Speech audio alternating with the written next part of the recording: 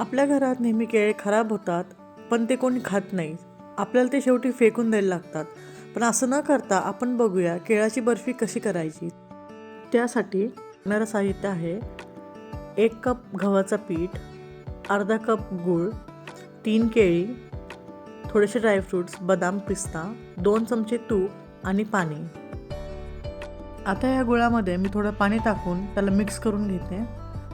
इथे मी अर्धा वाटी गूळ घेतला आहे, पण जर तुम्हाला जास्त गोड आवडत असेल तर तुम्ही अर्ध्याच्या ऐवजी 1 वाटी गूळ घेऊ शकता.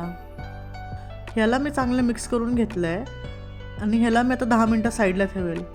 असं केल्यावरती हा गूळ सगळा पाण्यात विरघळून जाईल.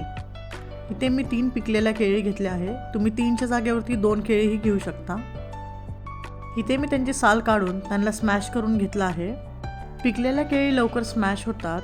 जसं की तुम्ही इथे बघू शकता, ह्या केळी लगेच बारीक झाल्या आहेत. इथे मी कढई लो फ्लेमवर ठेवली आहे. त्यामध्ये मी इकडे 2 चमचे साजूक तूप घातलं आहे. यामध्ये मी 1 वाटी गव्हाचं पीठ टाकलंय. आता मी या पिठाला चांगलं एकजीव करून घेत आहे. ह्याला असंच चांगलं 1 ते 2 मिनटं कमी गॅसवरती भाजून घ्या.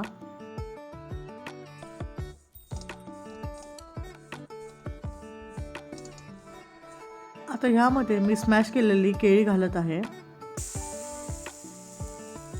ह्याला मी चांगलं 1 मिनटं मिक्स करून घेते.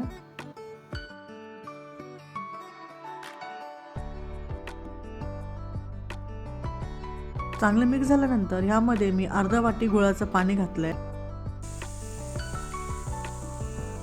आता ह्याला मी पाणी आटेपर्यंत मिक्स करून घेईल.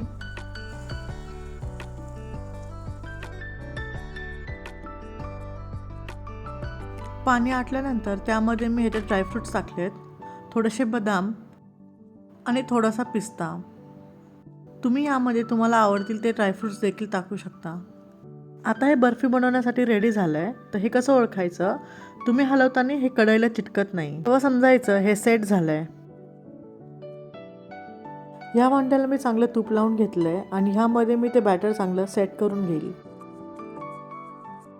चांगलं सेट झाल्यानंतर मी ह्याच्यावरती गार्निशिंग केलं आहे. ह्याच्यावरती मी पिस्ता टाकला आहे. तुम्हाला आवडेल तुम्ही ते ड्रायफ्रूट्स टाकून गार्निशिंग करून घ्या. ह्याला 1 तास साईडला ठेवून सेट होऊन द्या. ह्यानंतर तुम्ही ह्याचे काप करून ह्याची बर्फी करू शकता. 1 तासानंतर मी ह्याला कटिंग बोर्डवरती काढून घेतलं आहे आणि त्याचे बर्फीसारखे काप करून घेतले. तर अशा पद्धतीने आपण बनवली आहे ही केळाची बर्फी.